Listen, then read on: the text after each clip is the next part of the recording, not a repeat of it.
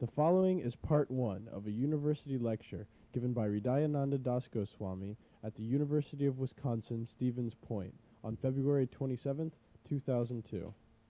So if you have any questions or complaints about the Hare Krishna movement, or if you want your money back from some unfavorable encounter you had, or anyway, so should we just let them, whatever you want to talk about, or please feel free. Yes? What is the meaning of Oh, these lines here. Yeah. Surprised you noticed that. In India, there are many spiritual traditions. I was actually just looking over a book in Professor Lewis's library this morning by Mircea Eliade on yoga, and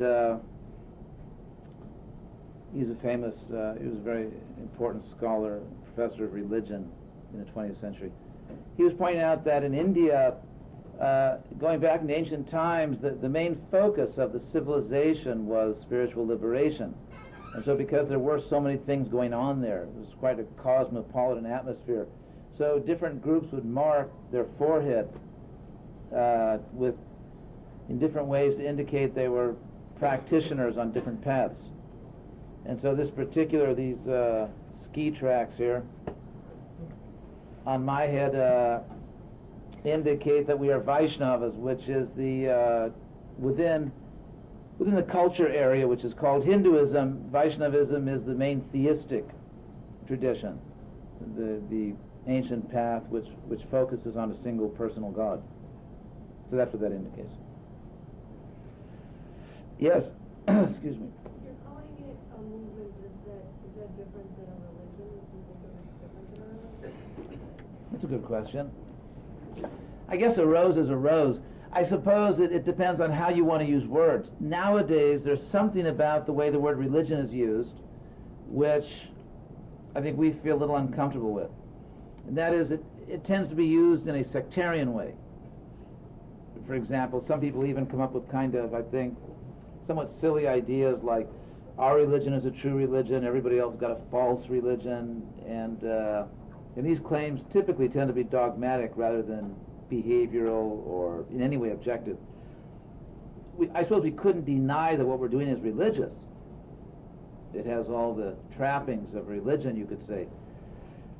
But I suppose we say movement because we are trying, and hopefully getting better at it, but we are trying to present an objective spiritual science which anyone could use in whatever field they're in, whatever religion they're in, as opposed to a sectarian religion to compete with other religions, or to deny other religions, or to save people from other religions, and so on. So because we are, I think in India, again, the notion of religion as it played out among intelligent people, because in every country you find sort of unintelligent, fanatical people. Every country is, and every tradition is blessed with some of them. But in terms of people who were thoughtful and who were the leaders of religion, religion was always considered to be inseparable from a general science of consciousness. The millennia, this long dedication to yoga, to meditation, to the exploration of consciousness was considered to be a vital component of religion. So I think the notion of religion was much more of a process, of an objective way to purify consciousness, expand consciousness, and come to God consciousness, as opposed to, my God can beat up your God. And so because we're trying to do that, sometimes we perhaps don't use the word religion as frequently as other words, but clearly what we're doing is religious. Yes, back there? Sort of often the movement, you have to spend time in the temple, or you just kind of join, or you have to spend time in the temple? No, Sham, of course, explained that she did, and I certainly did. That notion that we had, that to join the movement you really should spend time in the temple, certainly there are benefits to immersion, in anything you want to learn, whether it's the Italian language or Hare Krishna spirituality, but that notion that you have to be in a temple, I think, is typical of young, or a movement in an early phase when people are kind of immature. For example, if you look at the early Jesus movement, if you read the New Testament as a historian, as a sociologist, you find that there was a strong idea that you really needed to join the commune, and it really was kind of like a traveling commune, where you gave up all your possessions and just sort of joined the party and traveled around, at first with Jesus and then later perhaps with an apostle.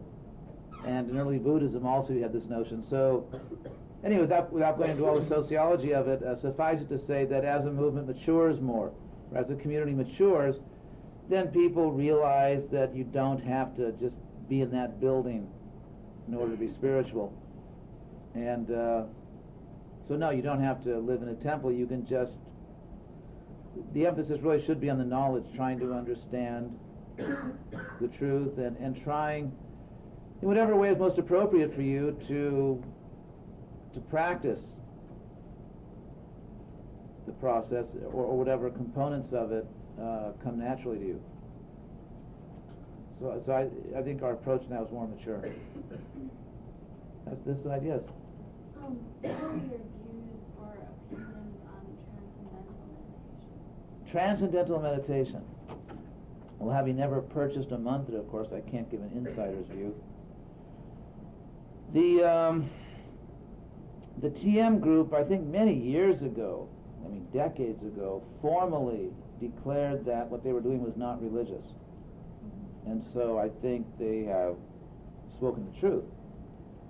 It's, as far as I know about them, they've emphasized certain, you could almost say, worldly benefits in terms of tranquility and productivity and sort of being in touch with yourself and so on.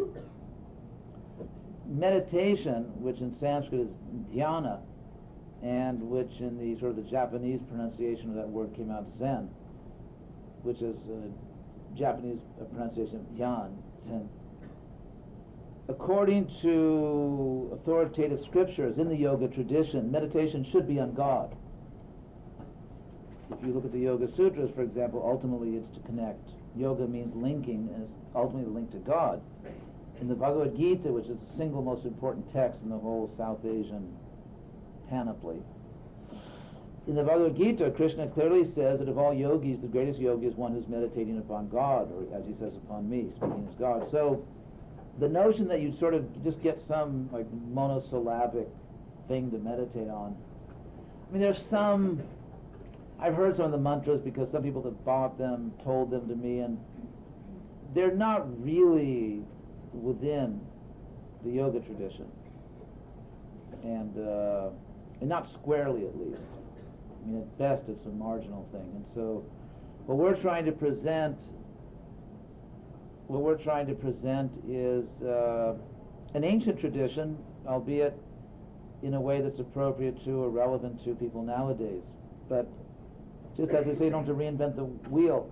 There is a tremendously successful spiritual science which is coming to us from those ancient times, and it still works. In fact, it still works fabulously well. And so we're just trying to present it transparently. Sure. Back there? What are your views on other religions? Are there other religions? Just kidding. Our views on other religions? Pardon? On other religions? Any other religion? Well, as I often say, I think in evaluating other religions or their claims that one has to avoid two extremes. One extreme would be to say they're all wrong, and the other would be to say they're all right. It seems obvious to me that there are many people around the world in other religions, not my own, who are worshiping God, and even worshiping God very sincerely. And I can also see, it seems like it's a no-brainer, that there are lots of people in the world that are deriving benefits from their religions, even though it may be different than mine. So I think it would be foolish and even reckless of me to say that God is not present in other religions. He obviously is. At the same time, I think it's equally reckless and dangerous to say that anything anyone does is good. I don't think flying planes into buildings for God is something that I have to respect. And I remember I was in Brazil. I spent a lot of time in Brazil in my youth, and I read a newspaper article in Brazil one time about this cult. Funny me saying that, but anyway, this I think it was a cult in northeast Brazil, specifically in Bahia, Salvador, Bahia, and they had the curious practice of offering sacrifices to the sea goddess. Unfortunately, the offering was babies. So they would take babies and offer them to the sea, never to return, and they drowned them. Again, to say that all religions are wrong except mine, I think is foolish and reckless, and I think it's equally foolish and reckless to say that all religions are right. It seems we have to have certain objective standards, certain principles, and then wherever we find those principles are being honored, then we are committed to saying that is good religion. I mean, there are simple principles. For example, one principle would be that you don't knowingly harm any person, certainly an innocent person. I think it's also important in a true spiritual tradition to understand that you yourself are spiritual, that you are a spiritual being, and therefore to certainly take care of your body and to honor the fact that you've been given a body by God, but not to abuse it, not to mutilate it, nor to make it the focus of life.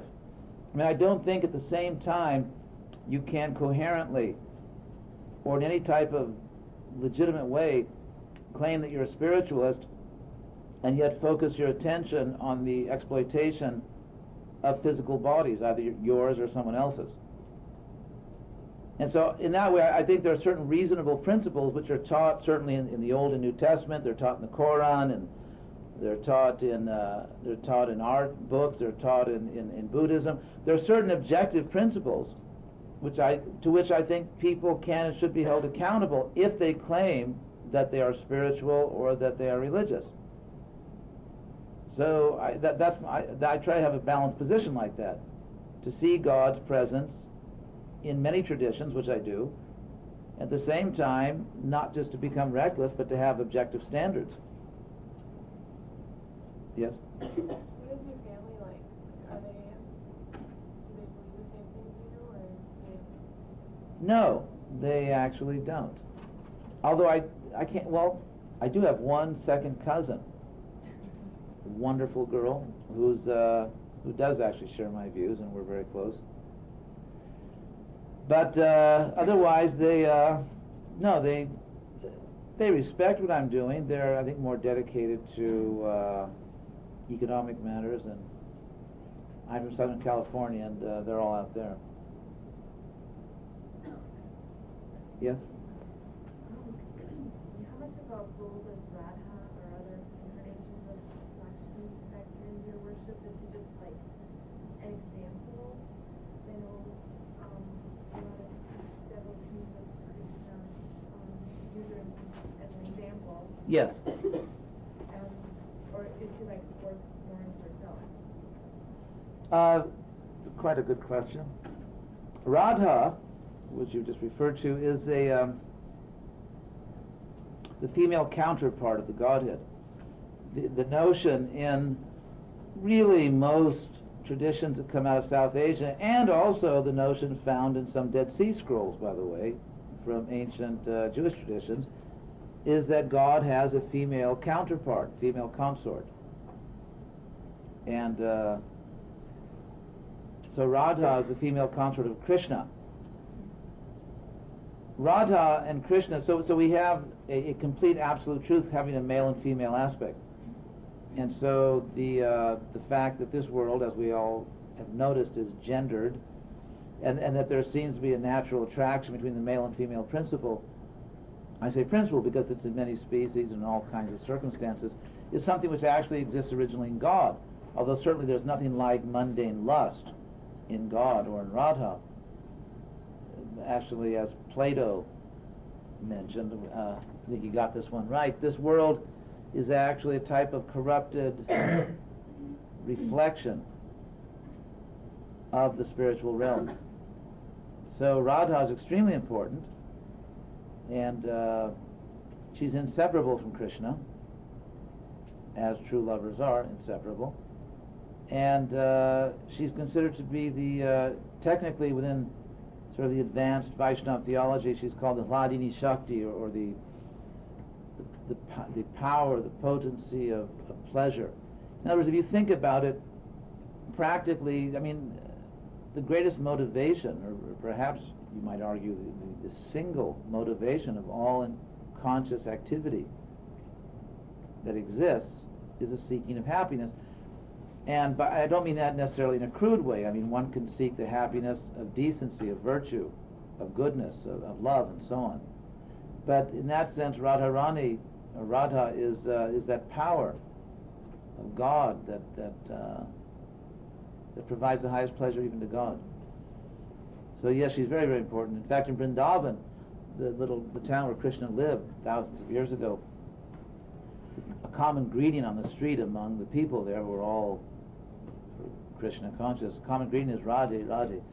They call it Radha's name, in fact, and one sadhu, one saintly person is sort of very, very handsome script, painted Radha all over the town, in every wall, and every. So yes, Radha is extremely important within the tradition. Yes? I was wondering, I noticed that none of you are really wearing like any wedding rings. How does Any what? wedding rings? How does Wedding rings. Yeah, how does I don't think any of us are married. No, he's married. Hey, where's your wedding ring?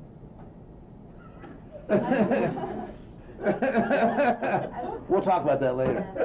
What's that? How does that, what are the traditions, or how is that, when you get married, who can and who can, or is there a thing like Catholic priests aren't supposed to get married, is there something like that? Yeah, sure. It is like that. There are priests who don't get married, although that's, but just like among the Catholics, the majority of people do get married, and they do usually wear wedding rings. So I apologize that we couldn't bring you a sample here of a Hare Krishna wearing a wedding ring, but I assure you there are many of them. Yeah. As far as marriage, we strongly encourage people to marry someone who will be a suitable partner for them and help them, or so they can, the married people can help each other in their spiritual lives, and also fulfill whatever duties are required in a solid marital relationship. But apart from that, people really have the freedom to marry according to their needs and desires.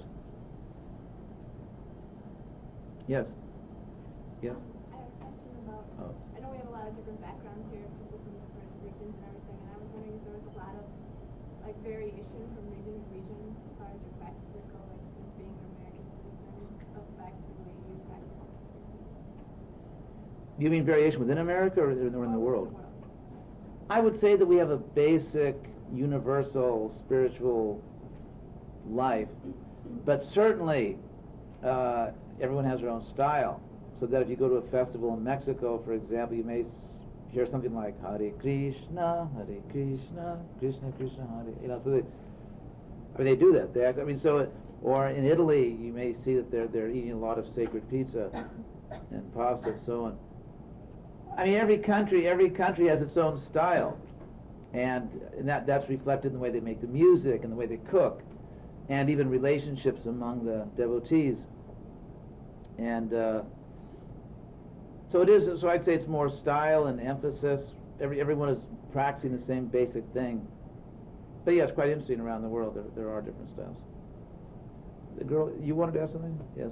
Oh, how do you feel joining your religion or movement has changed your life, and where do you think you'd be without it in your life? Oh God, I shudder to think. I think it's transformed my life in the best possible way. And let me think, give an authentic answer here. Well, I started doing this full time when I was 20 years old. I was a student at Berkeley. And I don't want to say I was like a full-on hedonist. I was sort of a normal student at Berkeley. Maybe that's the same thing, but anyway, I was not monastic, let me put it that way, before I joined this movement. And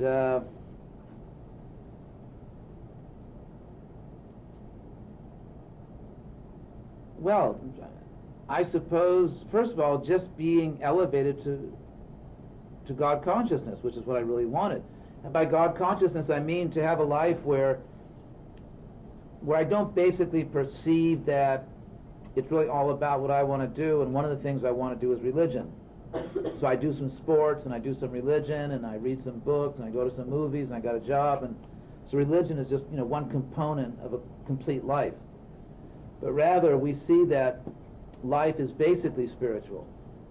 Life is God-centered, that the center of my life is not myself or my ego, the center of my life is God, and that everything I do, whether it's going to the post office or eating an apple or speaking to you, I mean, everything is equally service to God. And when I say to be in God consciousness, I don't simply mean to believe in a dogma. I mean, it's not just that someone told me that doctrine and I thought, well, that sounds true, so now I'm going to believe in that. I mean, that's not what I was looking for. I was really not looking for a doctrine or a dogma. Especially back in the late 60s, where we were all thinking about consciousness, how to get high, how to be in high consciousness, how to expand your consciousness. And so I found, and I still find, that by practicing this, one begins a journey where forever one's consciousness is increasing. And it's not like popping a pill or doing something where you go up and come back down. Going up and coming back down is just not where it's at. Because if it's worth being up, why come down? It's just the experience of making steady progress. It's like if a person's sick. If a person's sick and they kind of lose their appetite and they don't feel good and they don't want to do anything, and then as they start to get better, they start to just feel a certain vigor, like, I got my appetite back and I feel like going outside and I've got energy. And so as you start to become spiritually healthy, you just have that spiritual appetite and energy, and you want to do things in the service of God.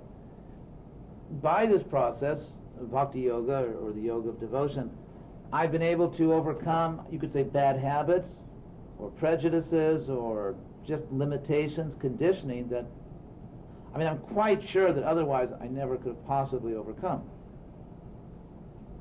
So that's sort of a short version. Perhaps back to this side, yes?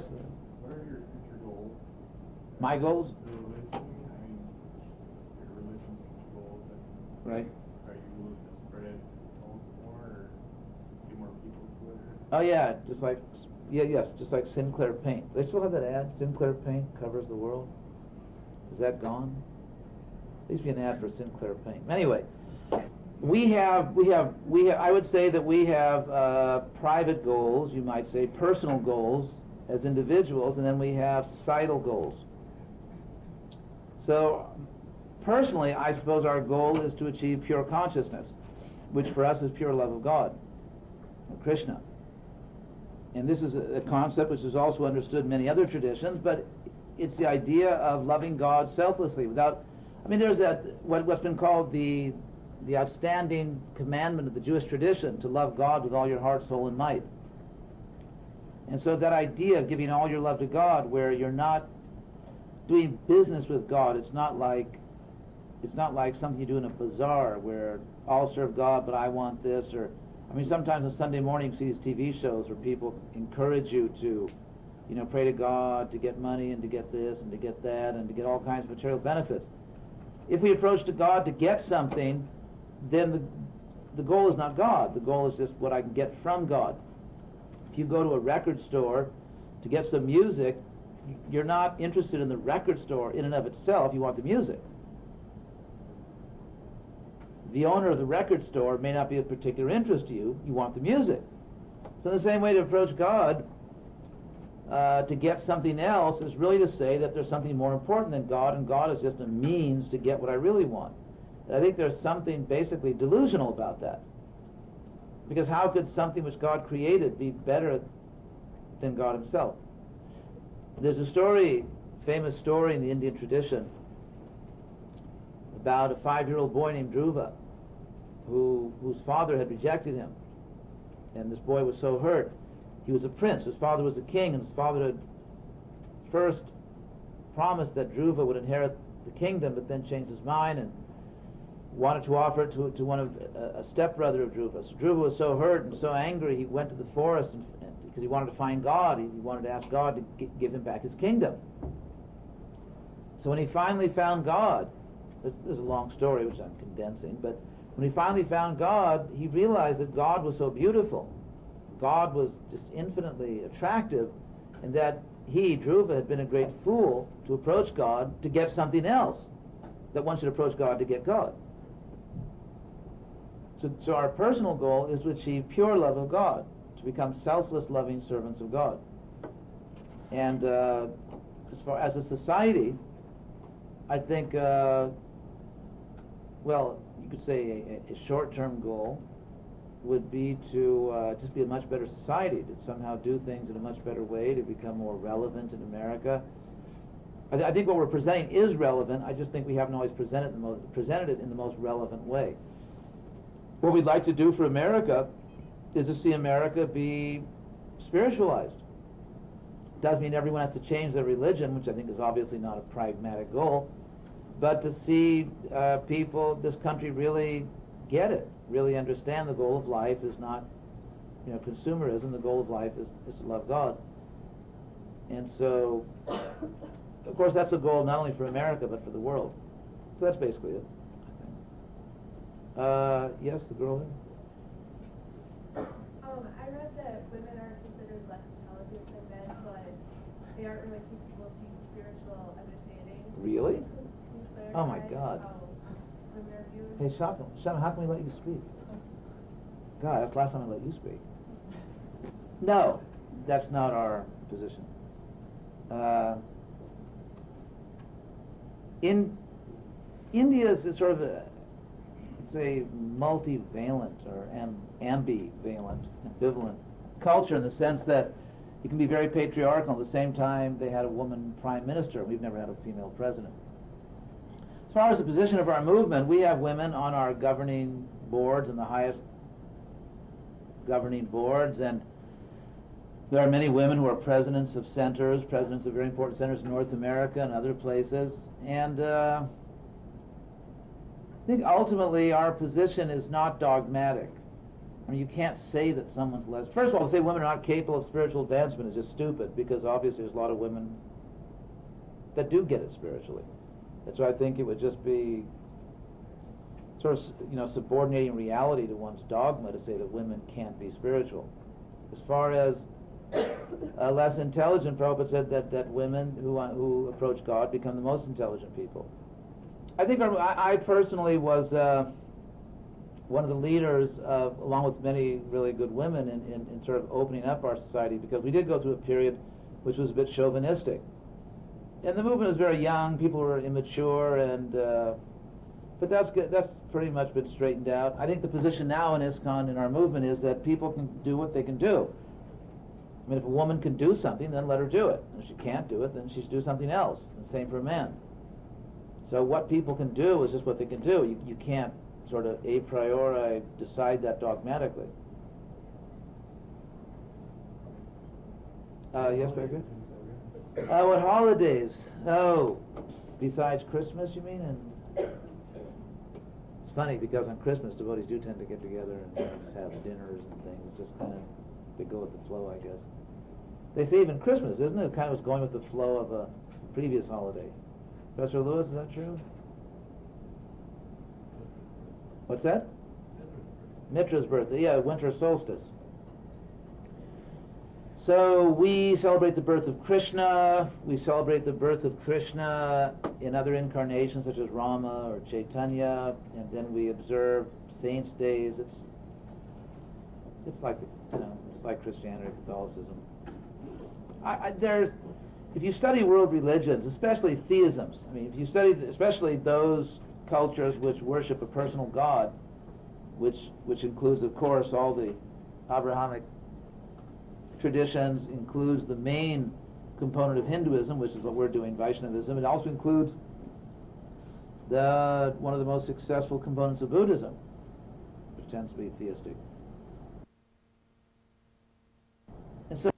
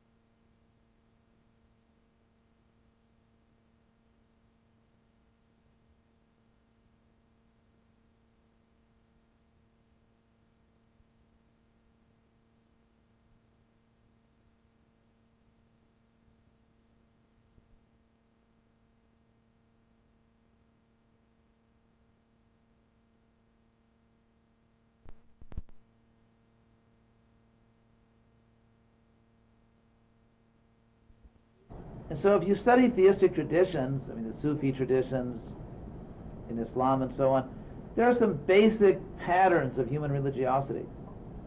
Now the content may vary somewhat. Just like, for example, I'm speaking English at the present time, and so if I'm speaking about Krishna or Jesus or the Los Angeles Dodgers, let's talk about the Los Angeles Dodgers. Anyway, or whatever I'm talking about, it's the same English grammar.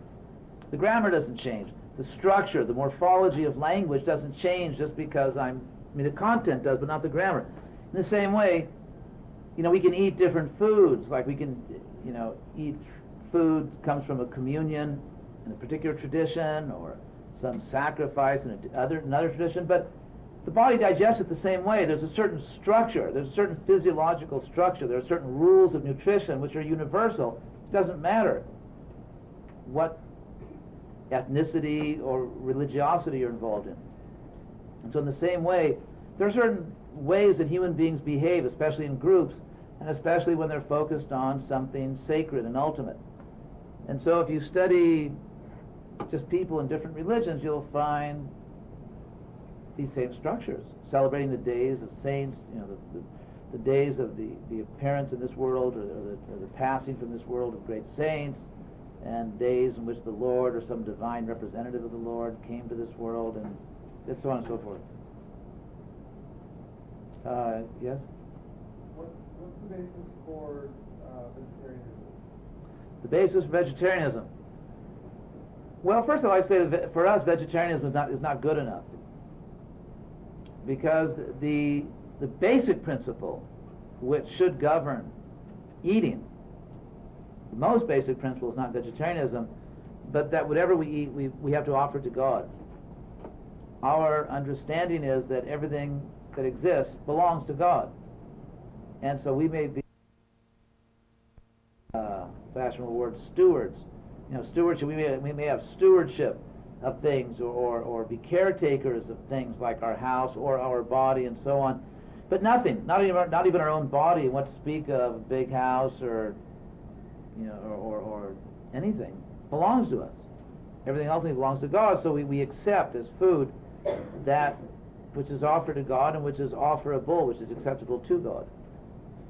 So within our tradition, we understand that God prefers us to eat those foods which engage us in the least possible violence against nature, and foods the procurement of which entails the least amount of suffering and cruelty. So if you go to a dentist, the dentist can't completely eliminate the discomfort, going to a dentist, but you expect a good dentist to minimize it. I mean, you would probably be really unhappy if the dentist said, well, I can't eliminate the discomfort, so I won't even think about it. I'll just get in there and... It may be a fact, as acknowledged in our scriptures, that jivo jivasya jivanam. Every life lives on life. So that we eat organic matter. And organic means it comes from some living thing. And yet we should minimize the cruelty, the pain we cause nature. Therefore, to wantonly brutalize relatively highly evolved mammals that experience complex emotions and deep pain, both emotionally and physically, is not real bright. And therefore, as I've been pointing out in various lectures, that now that, let's say, reasonable people have understood the evils of racism and sexism, perhaps we need to also include, as the next moral frontier, speciesism. It once seemed self-evident to people, actually all around the world, that there was nothing that bad about brutalizing people that belonged to different races or tribes or ethnicities. I mean, it used to be, there were a lot of people in the world that thought that wasn't really that bad. So in the same way, there actually are still people, even in America, that think that just because a person happens to be in a different species, that you can do whatever you want to that person. Now, in America, I remember, wasn't it recently some act of road rage I think in the San Jose area, Silicon Valley, where someone grabbed someone else's dog and threw it over off a freeway bridge or something. If you go out in the street in this country and you brutalize someone's pet dog, you will be seen as sort of like something like Hitler. I mean, you will be seen as an evil person, and the law will come crashing down on you. Now, it's amazing how inconsistent we can be. I mean, someone can, scream bloody murder because someone is mistreating their pet dog and then just drive right over and have a steak. I mean, the inconsistency, the incoherence is astonishing. From a scientific point of view, it would be impossible to sustain the argument that, let's say, a dog is more evolved than a cow, that it experiences more pain, that it has a larger brain, that it experiences more complex emotions. And so the fact that we will practically, give our lives to save a pet and then not think twice about murdering and eating animals that, if anything, have greater consciousness is one of the great wonders of our time. It's one of the great wonders of our time. So I would strongly encourage everybody to quickly move on to the next moral frontier, the next atrocity which still has not been fully addressed, and that is the atrocity of thinking that if a person, there are lots of people in this country that think their pets are people and treat them like they kiss them and hug them and leave money to them in their wills and take them to psychiatrists and do all and manicurists and a lot of other things. So we really need to get with it and understand that as much as, let's say, the random and frivolous lynching of black people in certain parts of the country, or preaching that women have no soul and women are the property of their men, just as these things are now properly recognized as barbaric, why not just go all the way and stop all the atrocities, stop all the barbarism? Because from a moral point of view, from God's point of view, murdering so many innocent creatures to eat them or just simply to hunt them is it's right up there. It is a competitive world-class atrocity. And so we just need to think about these things.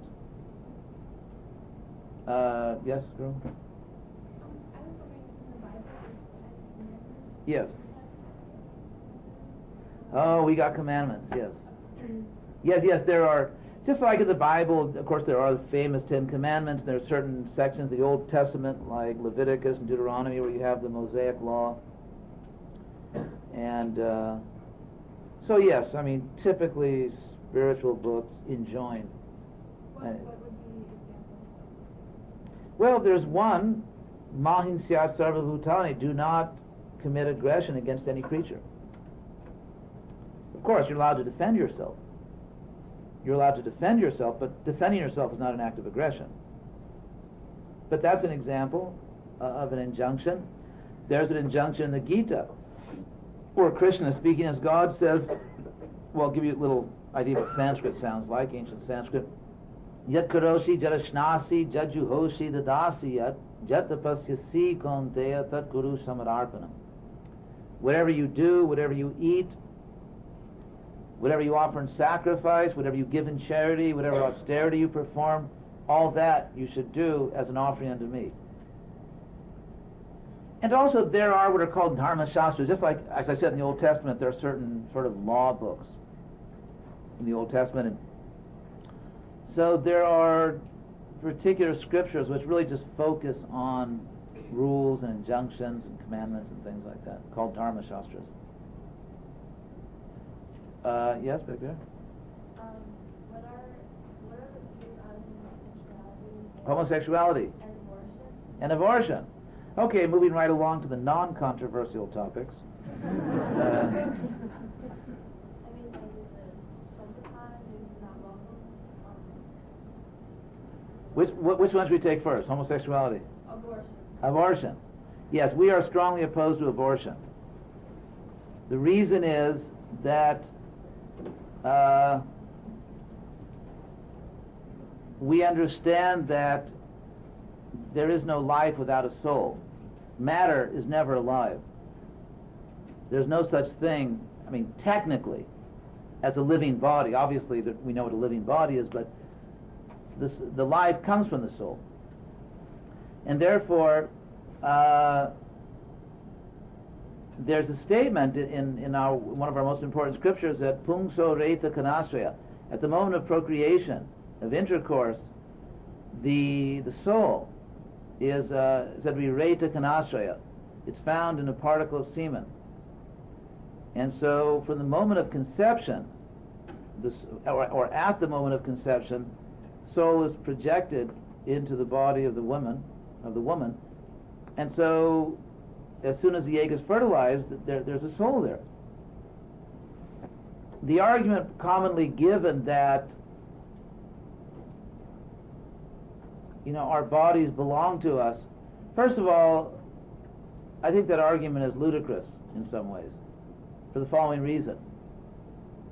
If you claim to be the proprietor of anything, whether it's a bag of marbles or the Empire State Building or whatever, if you claim to be the proprietor of something, it seems you have to give some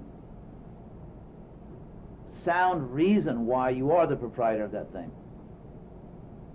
You have to give some profound explanation of why, in fact, you are the proprietor of that thing. And so if I claim that my body belongs to me, we go through a little checklist. I mean, the first question someone might ask me, well, does it belong to you because you made it? Because, for example, there are copyright laws in this country so that if you write something, let's say a book or an article, even if you don't file for copyright, the mere fact that you created it gives you the copyright to it. And so we certainly don't make our bodies, we don't create our bodies, we neither create the materials of which they're made, we don't craft them, we just sort of wake up in them. Now, we have certain control over our body, but we have certain lack of control over our body. For example, we can move our arms and legs sometimes under favorable circumstances, but we can't fly unaided. And also our bodies are growing old. Our bodies are growing old and they become diseased and they die. So there is a power in nature over us, greater than our own power over our own bodies. And so it seems to me that on philosophical grounds, I'm trying to see how someone would get at this notion that the body is actually my property. Now there's two possibilities, it seems to me. That there's a God, that there's not a God. If there's a God, the body belongs to God, because God made it. If there's not a God, then it seems that all moral principles are thrown unavoidably into complete relativity. And the body belongs to whoever controls it. In other words, if there's no God, what does it mean to say that anything is right or wrong, other than that it's your opinion?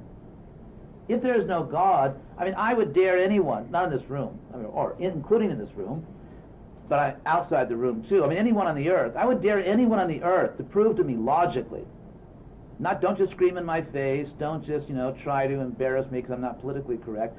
I would dare anyone to prove to me, by logic, by reason, that without a God there is any intelligible thing like an absolute moral principle. In other words, that there's any moral principle which we must follow. I think philosophically you're not going to derive it. So what you're left with is moral relativism, that everything is just human opinions. You're back to Protagoras, as he said to Socrates, man is the measure of all things. Of things that are, that they are, things that are not, that they are not. So if there is a God, the body belongs to God. If there's no God, it just really ultimately belongs to whoever gets their hands on it and can, control it. And so the notion that our bodies belong to us, it sounds good. I'm not sure really how it works. If we want to be rational creatures and not just dogmatic and fanatical. Now, as far as the point that women should be allowed to, have control of their own lives, I'm certainly not opposed to that. I just think that the decision to make this the issue, if you feel that women should have control over their lives, to take your stand on this issue is the most tragic and crazy mistake, tactical mistake, I think, of the century.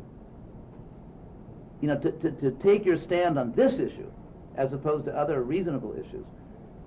So on these grounds, although on other things, I don't agree with him on everything, but I would certainly agree with the Pope. I think he said consistently that, you know, that you have to respect life. I just don't see on what rational grounds someone can justify doing what they do to people. I remember at UCLA, one time the school paper called the Daily Bruin, an I guess they want to rather be called pro-life. A pro-life group paid for an advertising supplement. It's like, I don't know, it's a, you know, color supplement right in the daily paper. And basically their strategy was to show the most horrible graphic pictures they could find of abortions. And so then the next day there was like a firestorm of protest from people that were for abortions. And many of the letters, I read the letters of the editor, many of the letters of the editor called for censorship. They said that in the future the Daily Bruin should not accept even paid advertising from these people, and such speech should be censored. So I bring this up to show that it seems to me that on this side, I mean, however you want to argue on this side, someone has to come with a good reason. Someone has to come with, and it seems to me the reason has to be based on some clear, deep understanding of things, and not just a slogan. Like, get your hands off my body, or what does it, keep your laws off my body. That's fine, but you know, then it's like tit for tat. Okay, keep your knives off innocent babies. So you can always go tit for tat, and it's like the battle of the bumper stickers. But I think ultimately it can't just be, at least for intelligent people, it can't be resolved just by the battle of the bumper stickers. Ultimately you have to give some coherent, clear explanation of what you think life is, what you think souls or people are, how you derive principles of proprietorship, what are your consistent, well thought out principles by which you claim logically that this thing belongs to that person. And so I think unless these things are worked out clearly, just to, you know, come out with a sound bite that's suitable for a bumper sticker is not really addressing the issue. Well, now as far as homosexuality,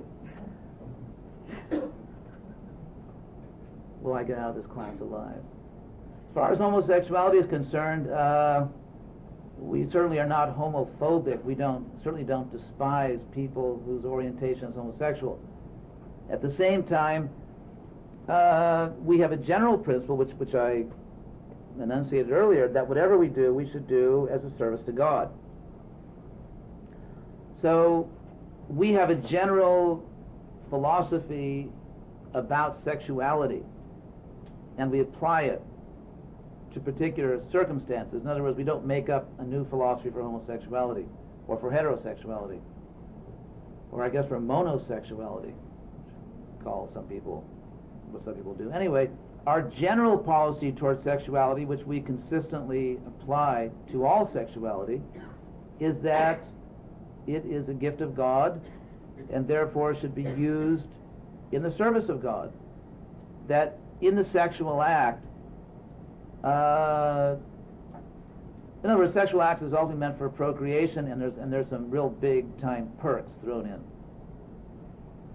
But that ultimately we have to look at the fact that the sexual act involves reproductive organs. It seems like you just can't deny that it involves reproductive organs unless you've found some really innovative way to... Anyway, it involves reproductive organs, and reproductive organs are reproductive organs. And that's what they do. The fact that there is an intense physical pleasure, and you could say certain emotional rewards associated with the reproductive act, does not change, I think, the basic status of that act. And it seems to me there's something inconsistent about taking the perks but not accepting the duty that goes with the perks. After all, if you consider how much work it is to raise a child, you kind of deserve the sex pleasure.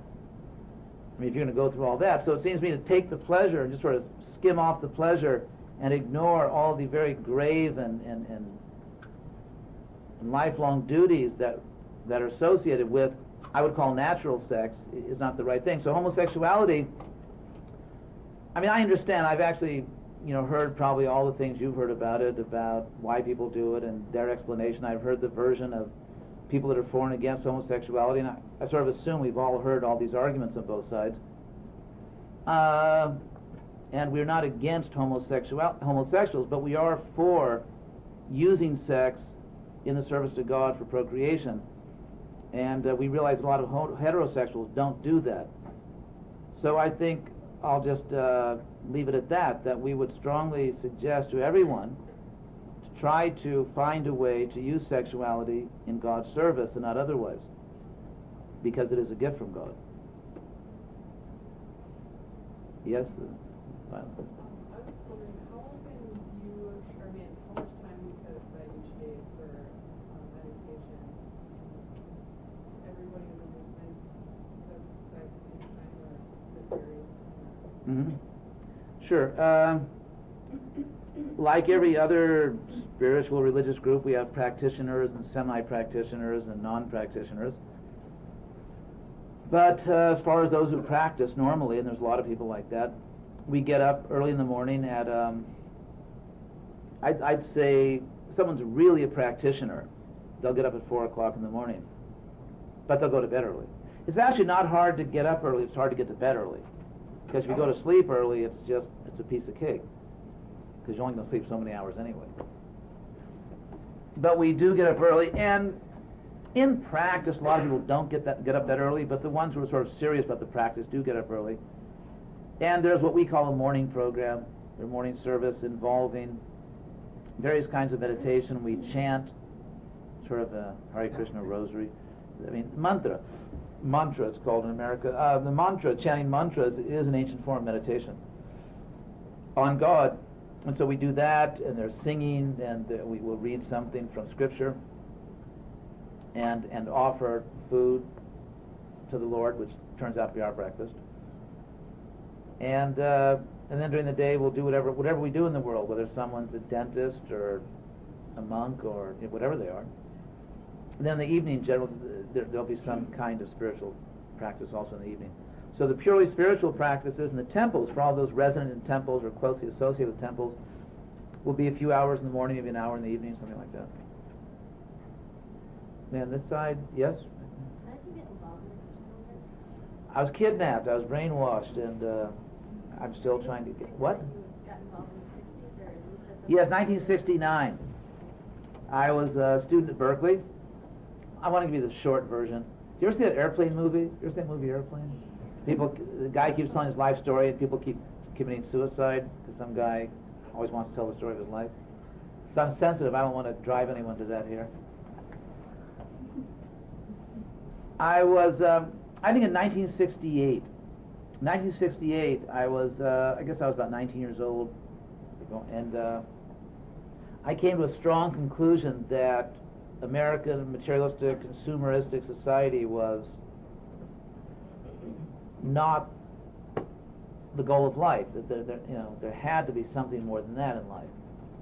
And so I actually got so fed up with materialism around me that I decided I was going to join the Peace Corps and go to the, actually as Shama said, she tried to find the most place farthest away from Minnesota. I also, of course, wanted to find the place that was farthest away from Minnesota. I'm just kidding. Anyway, I wanted to find the place that was farthest away just from America because I was young and sort of immaturely associated with materialism just with one country. But still, I wanted to get away, so I looked on a map and discovered that the farthest place I could find was some remote island in the South Pacific. So I picked Micronesia, and then my brother, I had an older brother who was also a student in Berkeley, and he came one day and said, can we talk about this? So anyway, he convinced me I should at least wait a little while before going to Micronesia in the Peace Corps. So then I went to Europe. There was sort of like the obligatory summer pilgrimage to Europe. Do people still do that? College students still do that? Spend the summer in Europe? How many of you have or plan to spend a summer in Europe? Some of you? Anyway, my older brother did, so I thought I had to. So I went to Europe, and I went all over Europe, had all kinds of adventures. I was held up by knife point, and actually twice in North Africa, and somehow escaped. And then I rode a motor scooter off a cliff on a Greek island, and somehow escaped that. And the motor scooter went down, and I somehow or other, it was like a movie. I had all kinds of adventures in Europe, and then on the way back, from North Africa, I was taking a train. When it went across to southern Spain, I was going back to Madrid with a friend I'd met from Paris, an artist from Paris. And I realized, I came to the conviction that Europe's same as America. It's the same materialism. It's a little more quaint. You know, it's more quaint and all that, and it's just sort of quaint historical consumerism. So at that point, I decided it was really about God. That no matter, I just wanted to find God. Because I'd enjoyed everything as far as the standard things that we all try to enjoy. I was living in Beverly Hills. I was going to school at Berkeley, one of the best universities. I had lots of friends, and I'd experienced the pleasures of the world, and I traveled. And my conclusion was that it's not it. So I have to find God. So when I got back to Berkeley, I had to stay in school because of the draft, Vietnam War. No matter how bad school was, it wasn't that bad. So then I decided to look for, so I systematically started going to all the religious people I could find. I went to various Christian groups. I went to the Jewish Hillel group. I studied Sufism, and I was, I wasn't lonely. I had lots of friends, and I wasn't materially suffering, and I wasn't dogmatic. I just wanted to find what worked, where I could find the greatest amount of knowledge and the most effective process. And so after, I guess, as systematic as I could be in my whatever consciousness I was in then, I looked around and I decided this was the most practical thing. It had just the greatest breadth and depth of knowledge, and the process was the most effective in actually bringing me to a permanent state of higher consciousness. And so I think I made sort of an informed choice that I'm going to do this. Because I didn't want Hinduism, I still am not particularly interested in being a Hindu, and I didn't want anything, I just wanted God. And I was trying to be very practical about it. And I was quite convinced that God was present in the other groups that I was investigating. I never thought that God wasn't there, I was just trying to find the most efficient method to get to God, so I did this. Yes? Yeah. Does your movement believe in contraceptives? Like, is birth control considered, like... No, we don't. You don't believe in it? Do we? I don't think we do. To go back on our website and find out. No, I don't. No, I don't think we do. So what happens if, like, someone who's not married is pregnant? No, I suppose with... They what? Are they looked down upon? They're decapitated. If someone has a child out of wedlock, I would say having a child out of wedlock is looked down upon. I don't think the person is looked down upon. I think generally people try to support the person and help them to raise, just whatever they need. It's difficult. Frankly, it's a difficult time to be alive. The world is, it's very oversexed in the sense that there's like this constant bombardment all over the web and all over advertising. Sex is exploited probably like it's never been in history to sell everything under the sun. And so I think people are kind of aroused beyond what they naturally would be if they just sort of if they lived in a more natural environment. So if people are allowed to live in a natural environment and are taught spiritual values and actually experience higher consciousness, I think that it's possible to live by these principles, even if it's quite difficult in the sort of this bizarre environment that's before us now. Shama, do you want to announce something? Do you have cookies and books? A couple things real quick. Here's two I'll put one more website up here, and I'll also put my email address on here. So if you want just some general information, or you want to just kind of see what's out on the web, and if you want to send me an email and ask me some more questions or whatnot, that'll be up on the board. Also, over in the corner. The following is part 2 of a university lecture given by Hridayananda Das Goswami at the University of Wisconsin, Stevens Point. So, if you have any questions, just, I guess nowadays in America you can't really say shoot. Certainly not in a school, so. Anyway, so go ahead if you have any questions. Try to answer them for you. Yes? Do you have any views that conflict with the teachings of Jesus Christ in the Bible? Any views that conflict with the teachings of Jesus Christ in the Bible? There's a lot that we agree with.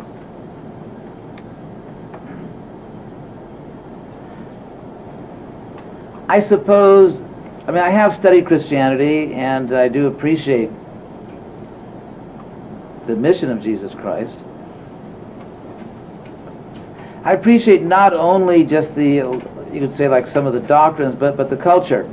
I guess for several years I've been a student of Christian sacred music, especially from the Baroque period, especially people like Bach and Handel, Vivaldi, Purcell, and so on. And I like the architecture. But as far as things we disagree with Jesus, that I think inevitably for me would get into the issue of the historicity of the narrative accounts of the synoptic gospels. We have 4 gospels, as you know, Matthew, Mark, Luke, and John, that describe the life of Jesus. Jesus basically give a similar picture, disagree on some details. And there is specifically the book of John, which is considered by most Christian scholars, and just anyone that looks at it seriously, to be the oldest of the Gospels, the one written, although it contains some earlier biographical material, the book composed the latest after Jesus, and it has certain elements which, I suppose you could say, in their literary sophistication or for their intellectual touch, are not quite like the historical Jesus that you get in the other 3 Gospels, like in the beginning was the Word, and the Word was, and so on. And so the statement that I am the way, the truth, and the life, and no one comes to the Father but through me, is found in that particular book. It's not found anywhere else. So, well, I wouldn't doubt the divinity of Jesus, but I would find it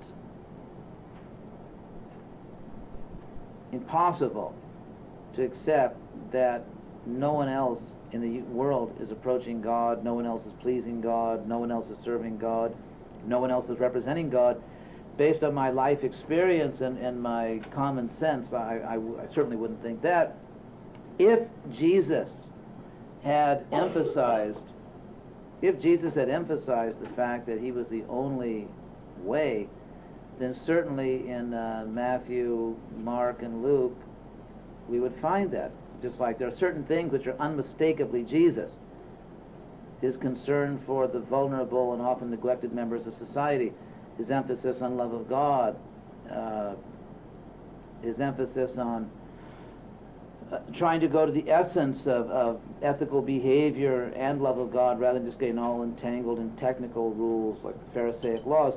I mean, there are certain things about the historical Jesus which are just unmistakable, and they're repeated so often in the gospel, they're found so often in the way Paul interprets, the way Paul and Peter interpret Jesus in Acts, and they're so prominent in later Christianity that it seems that it's just beyond controversy. That must have a lot to do with what Jesus really taught. When we get one particular statement in one text, which is in some ways, which has elements which seem to be not exactly the historical Jesus, just by the way they're written and the tone of it, and when that statement grossly contradicts all kinds of real life experience, then I wouldn't at all feel required to accept it. So I don't think I disagree with the teachings of Jesus. I mean, one thing which I find interesting and attractive about the teachings of Jesus is that frankly, unlike even what you find in Paul, if you just look at the teachings of Jesus, what you don't find him doing is bashing other religions. You just don't find Jesus doing that. In fact, you don't even really find him saying the Pharisees are not serving God. He just says, he accused them of being hypocrites. I mean, if I accuse someone of being a hypocrite, that seems to imply, if not entail, that if the person weren't a hypocrite, then what they were doing would be all right. I forget where it is, but Jesus went to, I think, what is now Lebanon. He went to two cities, Sidon and, I can't remember the name of the other city. Now, obviously, when he went up there were a lot of Gentiles. And when he's there and when he comes back, he doesn't say anything like, yeah, those people had a false religion. So this whole tone, this whole abrasive, harsh tone of bashing other religions, and this is the only way, etc., etc., etc., I personally am quite convinced that that's not the historical Jesus. I find that Jesus was like the Good Samaritan. I mean, the Samaritans were people who were looked down upon. They were considered to be kind of low class and just outside good society. And Jesus made a point. Jesus made a point of actually honoring all kinds of people that a sort of an intolerant society despised. Whether it's prostitutes or widows or Samaritans and so on and so forth. And you just don't find Jesus bashing other religions. He may hold people to objective standards, like if you say you're religious, then be nice to other people. If you say you're religious, then you should love God. He doesn't say, this whole thing of true religions and false religions, and you're worshiping idols and the devil and this and that, it's just, I'm not at all convinced that's the historical Jesus. And so if you look at the Old Testament, you find certain prophets believing that God is telling them to tell the Jews that you need to go out and kill all the people that are worshiping the god Baal, and don't spare the men, women, or children. I mean, genocide on the basis of, because a particular group of people are worshiping the wrong god, so therefore just go ahead and do genocide. I think all of us would have to agree that's not really ethically justified. And if we look at what the Middle East was like then, and to some extent is like now, there's a certain militancy, there's a certain harshness, there's a certain fanaticism. Not among everybody. I'm not condemning a whole region of the world, but it does pop up. And if you look back then, it was pretty much the daily bread.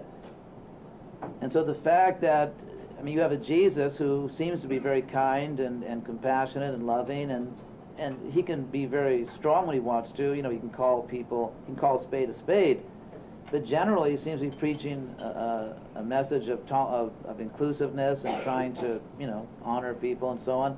And then out of that comes this thing of bashing the false religions and hell and, devils and this and that, and everyone else is going to hell because you don't belong to the right denomination or the right religion. I guess that whole thing, I have serious problems with some of the ways, not all the ways, but some of the ways that the followers of Jesus have done their business over the years. And I think other things they've done have been done extraordinarily well. I think that some of the followers of Jesus, both during his time and later, have done a lot of wonderful things in the world and have made great sacrifices and tremendously enriched human culture and so on, and human religiosity. So that's my position on it, I guess. As far as some direct, explicit teaching of Jesus that I would just say is a false teaching, I can't really think of anything.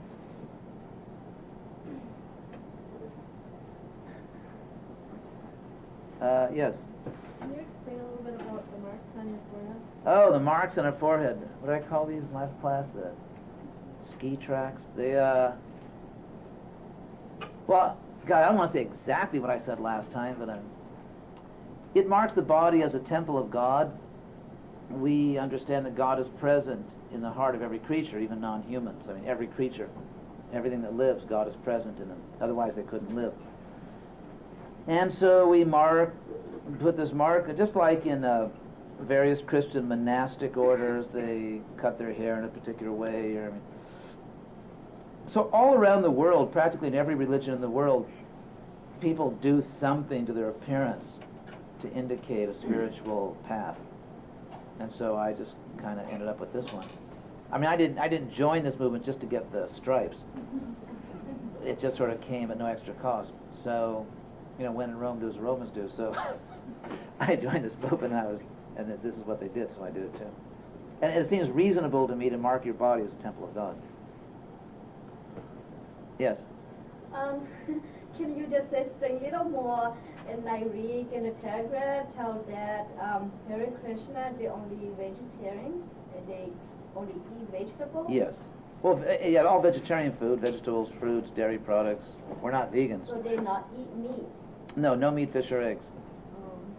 Why? Why? Cholesterol. Well, just as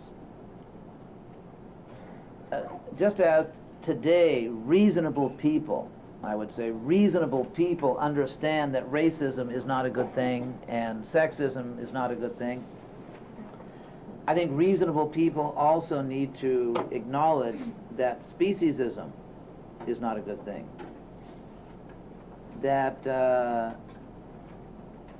we cannot brutalize and murder and eat other people just because they belong to a different species. There were a lot of people who otherwise were decent people and honored their mother and father and didn't steal and didn't lie and worshiped God, and in almost every other way were good. They were good, decent people. They just had this problem that they thought that if someone belongs to another race, that you can just sort of do what you want to them. Now, today there are many people who are otherwise good, decent people that still think that you can just for the fun of it, just go out and murder some creature. It's just good sport. It's called sportsmanship. Or that it's okay to force millions and millions of actually, relatively speaking, highly evolved mammals with complex emotions, intelligence, and everything, just murder them in slaughterhouses in brutal ways and then eat them, and that's okay. So we find historically, take Marcus Aurelius. Marcus Aurelius is considered one of the great Roman philosophers. He was also an emperor of Rome. And he wrote his book of meditations. He was a wise person. He was an intellect. And he tried to order his own life according to the deep intellectual and philosophical understandings of Stoicism. So here you have this outstanding person who also felt it was the right thing to do to persecute Christians. To violently, brutally persecute Christians, this wise philosopher. So the point I'm making is that human beings seem to be wired in such a way that they can be good in many things and have this huge blind spot where they're committing some abominable atrocity, and somehow they don't notice it. And in most other things, they're good and wise people. So similarly, I think in America, most Americans are actually good, decent people. There's just this blind spot where they think that you can murder innocent creatures and cause incredible pain and suffering to these innocent creatures and just eat them, or just not even just hunt them, and that's okay. So I think that this incredible blind spot should be eradicated, and there's no question in my mind that America will be a much better country and a much better place if we can just fix that. Yes? This is going to probably come out wrong, but are there any exceptions to that? Like, you're saying that you're accepting of other religions, right? Mm-hmm. Kind of.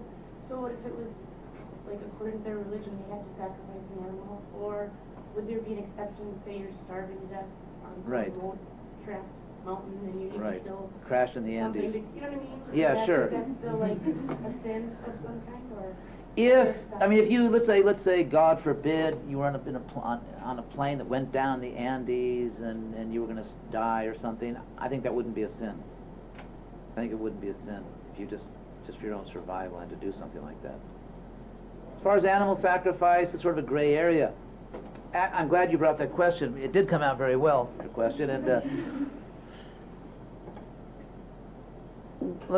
I personally accept, and I think people within my tradition would accept, at least the ones that are, lucid.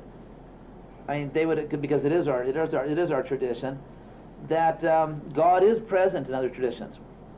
I have no question, for example, there's no question in my mind that, say, in the particular music which I like so much, Baroque Christian music, I mean, I like Baroque music and a lot of it is Christian, but there's no question in my mind that God inspired a lot of that music.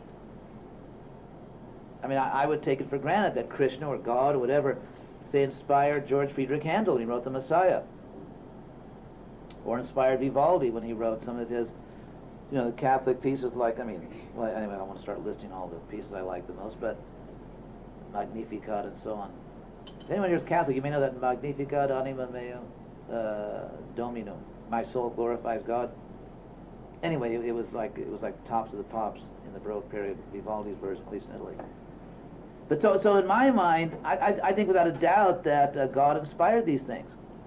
I think God inspired a lot of the Christian architecture and just Christian piety and people that have, an example I give, to be honest, is that I remember the whole anti-apartheid movement, which I felt was, well, I'm going to just, go all the way in political incorrectness here, not supporting apartheid, but saying that I think there's tremendous amount of self-righteous hypocrisy among people who sort of are not into religion in this country but think they're liberal and so on. For example, when this whole anti-apartheid thing happened in South Africa, I remember at that time I was in New Haven doing some teaching at Yale, and I remember that everyone was out in the streets and yelling and screaming. Now, two things to say. Number one, at the present time there's no official apartheid in South Africa. It does have one of the highest murder rates in the world. So my question is, if the people really cared so much about South Africans, where are they? Now, the Christian missionaries who go to South Africa or other places are still there. The people that feel that God is calling them to go do missionary work, they're still there.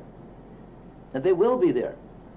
The people that having come, I'm personally from California, born and bred in the deep south of California, Southern California.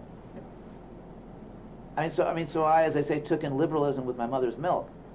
But it seems to me that these people just aren't there. They've forgotten about South Africa. There's other fashionable, sexy, issues to be righteous or self-righteous about. But as far as the people of South Africa, the good people of South Africa, they're long forgotten. But the Christians are still there, doing all kinds of work.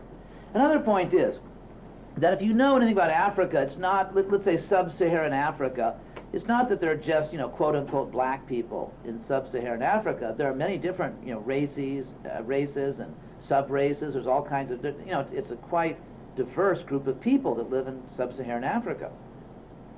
And as we know, one chronic problem in certain places in sub-Saharan Africa has been tribalism, or simply racism, because, to the people in that part of the world, they don't all look the same to each other. And there are different groups, and ethnic and racial groups, and sometimes they murder each other. Now my question is, if there is, and there is, a type of racism that goes on among black peoples in Africa, and if there are atrocities like in Rwanda, why didn't the people who were out there protesting apartheid, why didn't they go out to protest that? And it seems to me, pardon me, I'm going to speak a little harshly, but unless someone can explain to me how this is not true, then I'll go on saying it. It seems to me that there's a huge hypocrisy here. And that is, the very people that think that they're in the front lines fighting racism seem to hold white people to a higher moral standard. In other words, if white people in Africa or anywhere else act in a violent racist way, they're out in the streets, they're going to go crazy until it stops. But if a black person does the exact same things when they're a black person, they just sort of, it just passes in silence. Now it seems to me, unless someone can explain this to me in a logical, convincing way, that they are holding white people to a higher moral standard than they are holding black people. At the same time, they feel they are on the front lines against racism. I find this hypocritical. But apart from that, the real point I wanted to make here is that I admire that. I admire Christians and people of other religions, but Christians just the ones I've seen more. I very much admire the fact that they go to some of the most dangerous countries in the world, some of the most difficult countries in the world, and they sometimes stay their whole lives there. I mean, I think it would be idiotic not to recognize that these people are inspired by God. And you know, I've seen things among Jewish people, I've seen things among Muslims that I deeply respect, and you can see the presence of God there. At the same time, this is in response to your question, there are some cases where it's obvious to me that God is not present in someone claiming to be religious. For example, if someone thinks God wants me to fly a plane into a building, I mean, it's clear to me that the real God does not approve of that, and that person is, you know, the God that person worships is more like a devil than a God. And so it seems to me there are two extremes.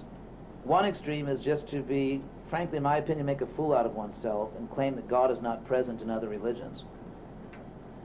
And another extreme is to claim that everyone, no matter what, is okay. You know, if that's what works for them, you know, flying planes into buildings works for you, then that's okay. It makes you feel good about yourself. Yes.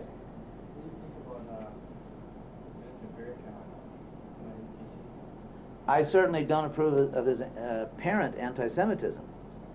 Now, I was speaking to Jim about this, and I don't want to misrepresent him, Farrakhan. I mean, not Jim.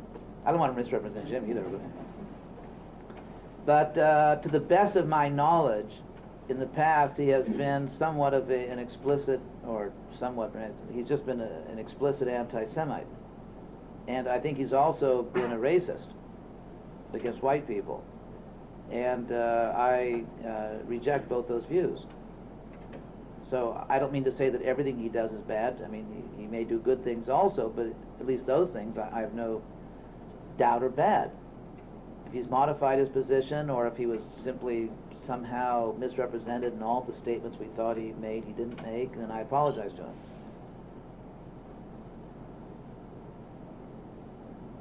Yes.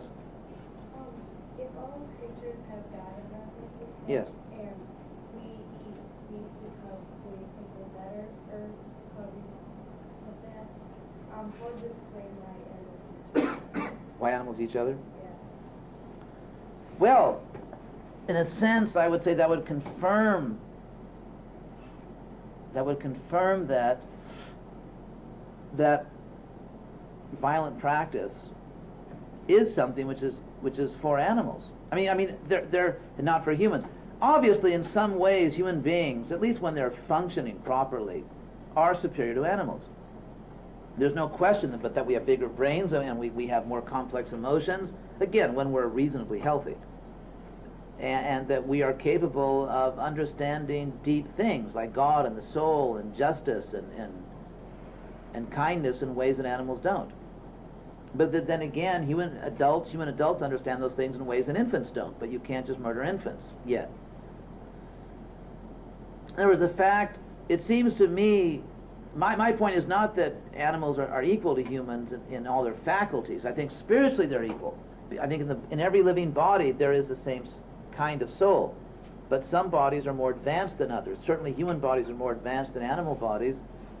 But the question is not, it seems obvious that we cannot kill or eat or brutalize anyone that happens to be less than us. I mean, we could just give SAT tests. Well, we could give some kind of test. Maybe that's not so controversial. We give some kind of intelligence test, and then whoever gets the lowest scores, is dinner. It seems to me you can't kill someone just because they're not as intelligent as you are. So the issue is not, are animals as intelligent as we are? The issue is, are they intelligent enough so that they deserve ethical consideration?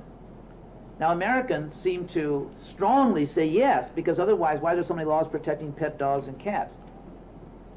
If you, like I said, if you go out in the street and start to mistreat a dog, I mean, all hell will break loose.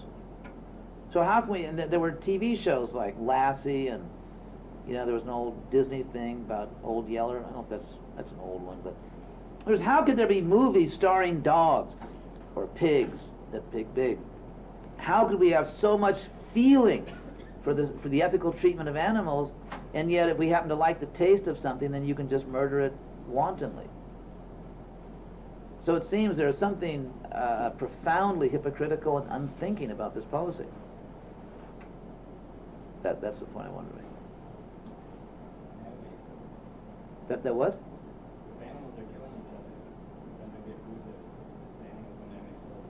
But if it proves that, then all people who kill animals would have souls, wouldn't have souls, and it would end up that a lot of people don't have souls because most of the world's non-vegetarian. But so getting back to your thing about animals killing each other, human beings are, again, a reasonably healthy human being anywhere within the healthy range, is far more intelligent in some things than an animal. And therefore, if we kill unnecessarily, not to protect innocent life and so on, like I think it's okay to kill someone that's about to blow up this room, if that's the only way we can stop them. If we just kill innocent creatures, then we're acting like lower animals. We're not acting like human beings. That's, I think, the point. Yes? Does Krishna believe in creation? Or Yes. Well, by Krishna we mean God, so we believe that God creates the world. so of that, But not from nothing.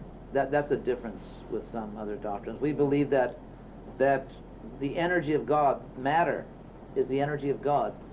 And God's energy, as God has always existed, He has always existed with His omnipotence. And so, therefore, if God has always been omnipotent, with all of His potency, that means all His potency has always existed, from our point of view.